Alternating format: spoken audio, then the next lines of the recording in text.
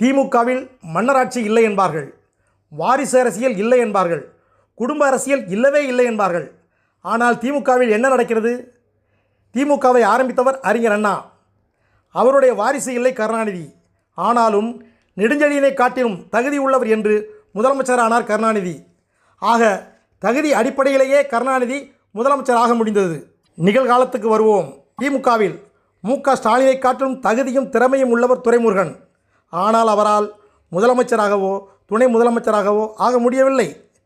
துரைமுருகனை காட்டிலும் எல்லா வகையிலும் குறைந்த அளவே தகுதி உள்ள மு.க. ஸ்டாலினால் சிஎம் ஆக முடிந்திருக்கிறது.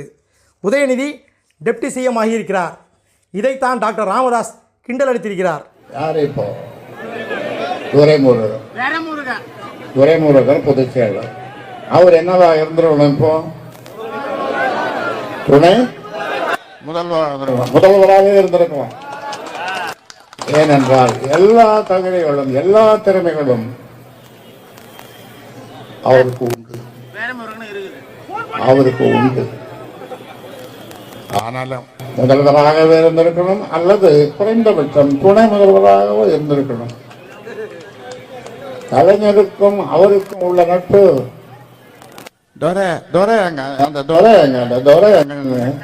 துரைய பார்க்காம அவர் தூங்க மாட்டார். யாரு? கலைஞர். அதை நினைச்சுதான் துரைமுருகனும் சட்டமன்றத்தில் அரை மணி நேரம் தேம்பி தேம்பி அழுதார். அரை மணி நேரம் அழுதார் தேம்பி தேம்பி. அவருக்கு கொடுக்கல, அவரை முந்திக் கொண்டு திமுகவின் தியாகி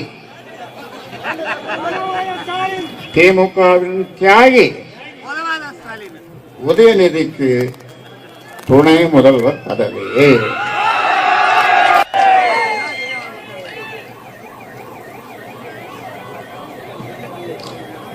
இவருடைய துரைமுருகனுடைய அறிவு, ஆற்றல், செயல்பாடு, கலைஞருடைய பழைய நட்பு,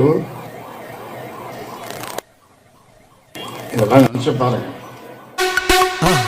மறக்காம சர்ப்ரைஸ் பண்ணுங்க.